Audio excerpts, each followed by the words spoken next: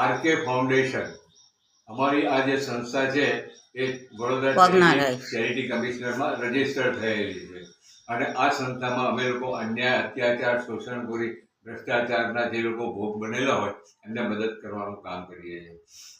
મિત્રો, હવે એવું થાય છે કે આ બધા લોકો જે લોકો ભોગ બનતા હોય છે એમને કોઈ મદદ કરનાર હોતું નથી અને એને લઈને બધા લોકો અન્યાય, ગુનાના જે પ્રવૃત્તિ વધતી જતી હોય છે. એટલે અમારી જે આ સંસ્થા છે એ આરકે ફાઉન્ડેશન છે.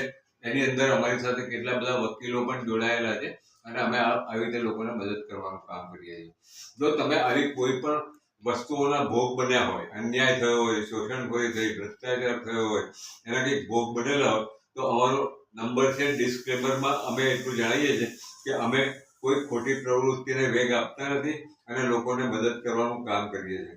જેથી હવે આપને જણાવીએ છીએ કે અમારી આ જે વિડીયો જે છે એને લાઈક બી કરજો અને સબસ્ક્રાઈબ બી કરજો જેથી અમને મોટિવેશન મળે. અત્યારે હું તમને એક ખાલી ભ્રષ્ટાચારમાં જે ઇસ્યુ બનેલી છે, જે સત્ય ઘટના છે એનીથી તમને ઉજાગર કરું છું.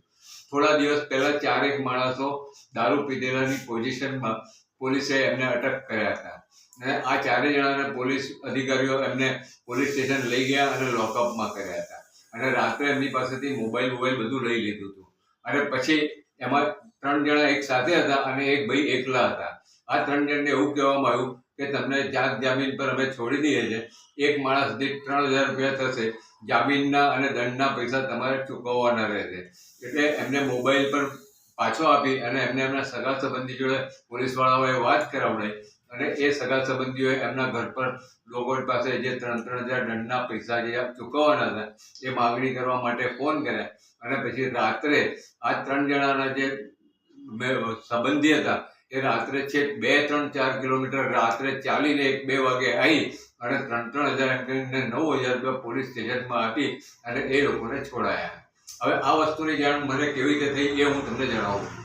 આમાં જે ચોથો આરોપી હતો એને એવું કહેવામાં આવ્યું હતું કે ભાઈ તું બી તારા કોઈને ફોન કરીને પૈસા મંગાવી લે તો અમે તને છોડી દઈએ.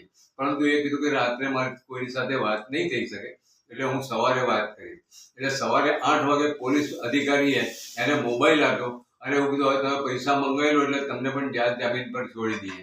એટલે આ જે ચોથા ભાઈએ જે છે એ 8 વાગે એમણે આરકે ફાઉન્ડેશન એટલે અમને ફોન કર્યો અને અમને ફોન કરીને જાણ કરી કે 3,000 રૂપિયા માગે છે.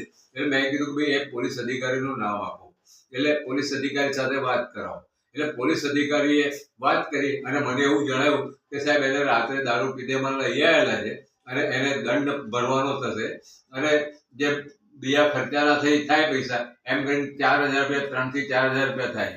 એટલે મેં એમને એવું જણાવ્યું કે સાહેબ તમારું નામ આપો અને હું આ 4,000 છે ને પોલીસ કમિશનર સાહેબને જમા કરાવું છું.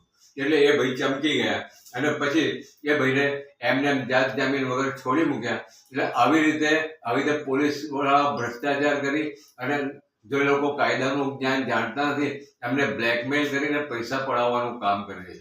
એટલે આવી અમે લોકોને મદદ કરીએ છીએ. હવે હું મારી પોતાની ઓળખાણ આપું છું. હું આરકે ફાઉન્ડેશન દક્ષેશભાઈ શાહ અને અમે લોકો આવી રીતે મદદ કરવાનું કામ કરીએ છીએ. એટલે અમારો આ વિડીયો છે જેને વધારેમાં વધારે લાઈક કરજો અને સબસ્ક્રાઈબ કરજો. ધન્યવાદ.